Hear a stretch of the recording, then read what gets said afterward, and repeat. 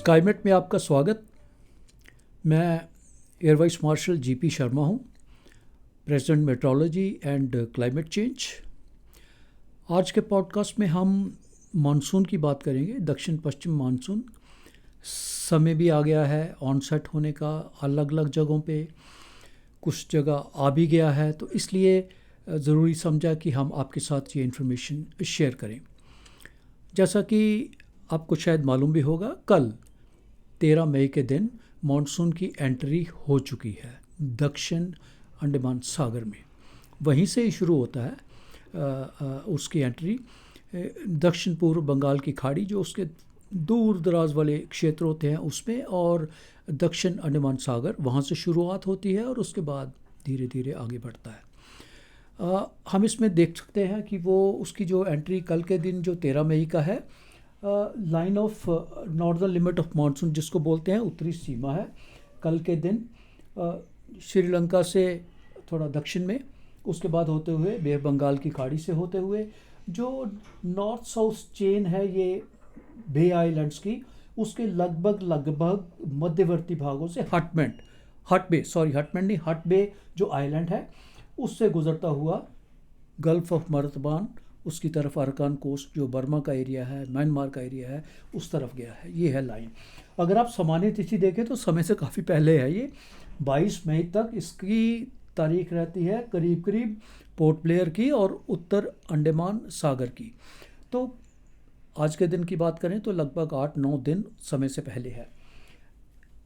हालांकि यहाँ से पोर्ट ब्लेयर से करीब करीब 10 दिन लगते हैं सामान्यतः मेनलैंड केरल पहुंचने में, जो कि सामान्य तिथि 1 जून है।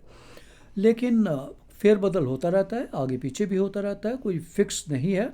हाँ, एवरेज लेके चले तो 10 दिन में पहुंच जाता है। श्रीलंका में इसका जो आना है लगभग 26 मई के आसपास होता है।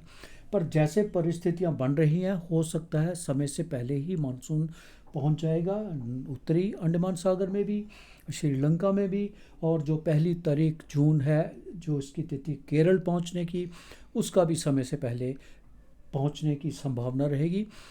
27 मई के आसपास उस पर प्लस माइनस 1-2 दिन लगाएं तो तब इसके पहुंचने की यहाँ संभावना रहेगी। ये 2009 के बाद सबसे जल्दी पहुंचने वाला मानसून होगा केरल पे, अगर ये 27 मई या उससे एक आध दिन आगे पीछे पहुंचता है तो। 2009 में 23 मई को पहुंचता था, इतनी जल्दी, लेकिन उसके बाद से लगभग सामान्य तिथि 1 मई के आसपास से 2-1 दिन पहले ही पहुंचा है। लेट ज़रूर पहुंचा है 2 बार इस दौरान। 8 जून को इसकी एंट्री 2019 में 8 जून को एंट्री हुई थी। तो अभी तो परिस्थितियां बनी हुई हैं, जैसा कि हम सैटेलाइट पिक्चर में भी देख सकते हैं, काफ़ी फेवरेबल कंडीशंस बनी हुई हैं। देखिए, पूरी बंगाल की खाड़ी, अरब सागर जो है बादलों से भरा हुआ है। ये वही मानसून के बादल ही हैं। इससे पहले जो थाईलैंड के क्षेत्र हैं, कोस्टल एरिया है, बहुत भारी वर्षा हुई है उनमें भी।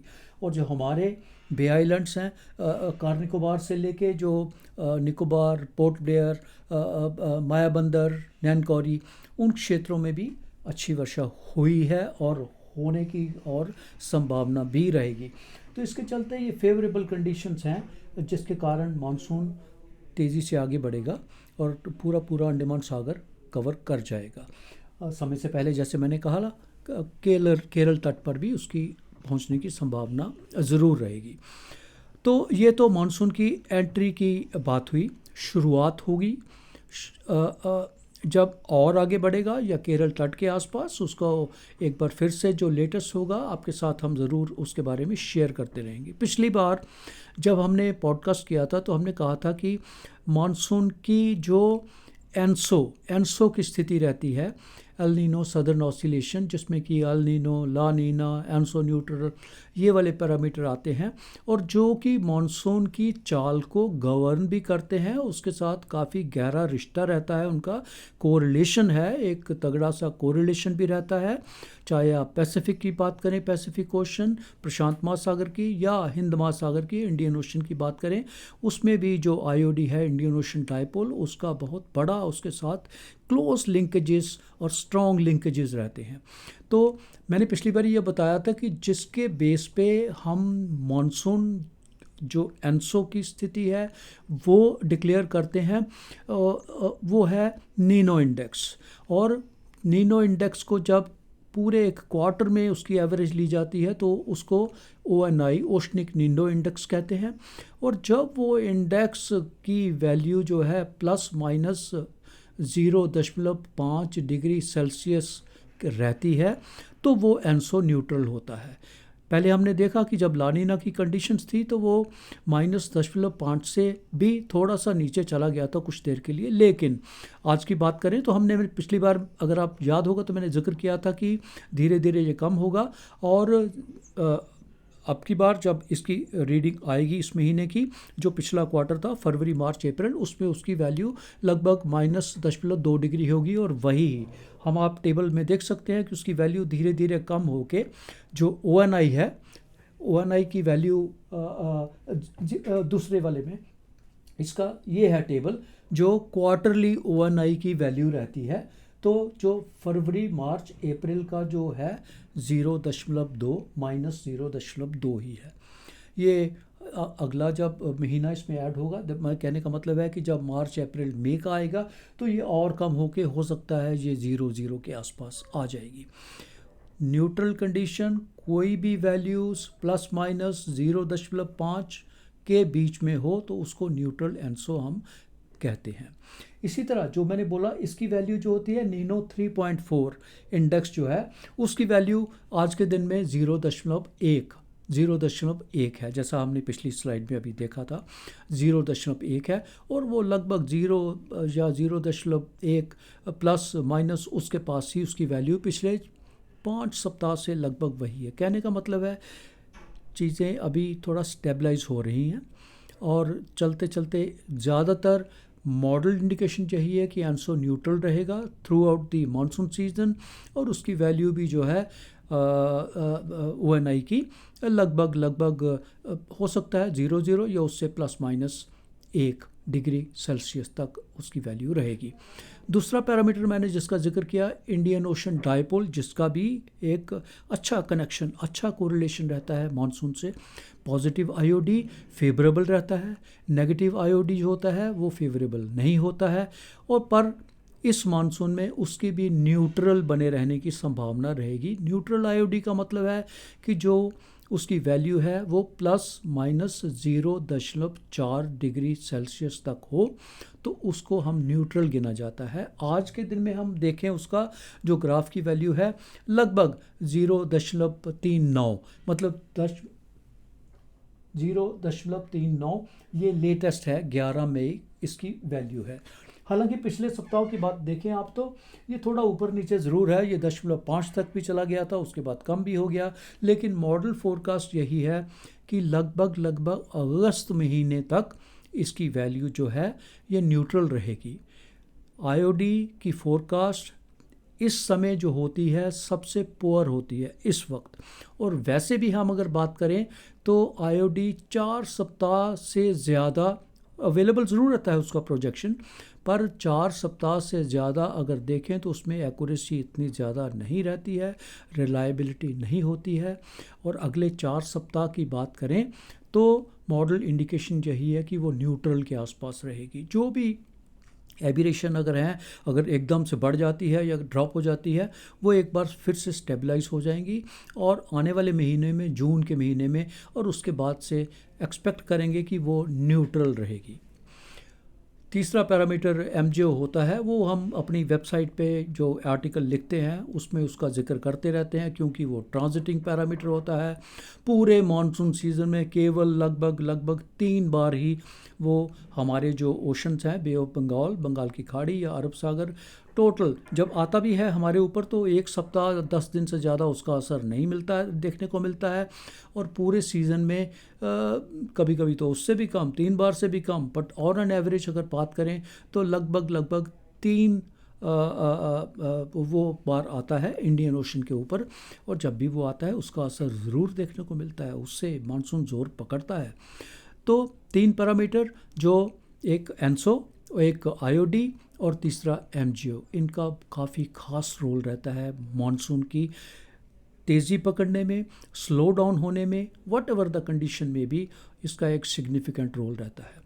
हालांकि मैंने एक बार पहले भी इसका जिक्र किया था, जब ये पैरामीटर फेवरेबल नहीं भी रहते, जैसे इस बार ना तो एंसो फेवरेबल है ना IOD फेवरेबल है, MGO बहुत कम बार आता है, लेकिन मानसून अपने दम पर भी बहुत अच्छा परफॉर्म कर सकता है।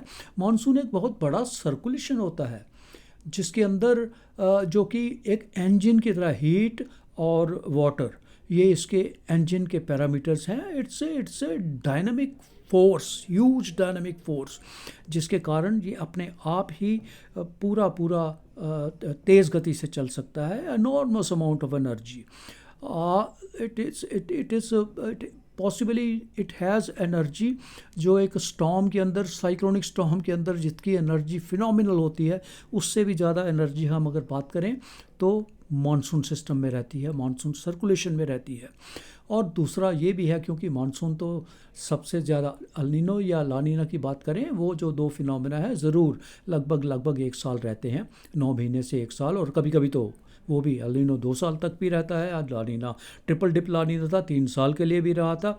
उसके बाद अगर कोई सबसे ज़्यादा लॉन्गेस्ट ड्यूरेशन का फिनोमेना कहें, मानसून ही है।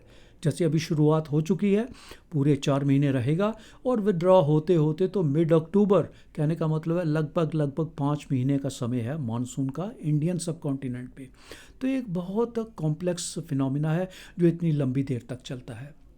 उसमें देखिए स्मूथ जर्नी तो कभी भी नहीं रहेगी। हालांकि फोरकास्ट जैसे आपको मालूम होगा, स्काईमेट ने एक अच्छा नॉर्मल दिया है मानसून का, 103% रेनफॉल की संभावना है लॉन्ग पीरियड एवरेज का, और 103% एक बहुत अच्छा फिगर है। पर मैं फिर कहूँगा कि फिगर के साथ साथ उसका जो डिस्ट्रीब्यूशन रहता है वो ज़्यादा इम्पॉर्टेंट होता है, कि उसका टेम्पोरल और स्पेशल डिस्ट्रीब्यूशन कैसा रहता है। हालांकि उसकी भी संभावना, हमने जो जिक्र किया हुआ पहले भी, अच्छी डिस्ट्रीब्यूशन है रेनफॉल की।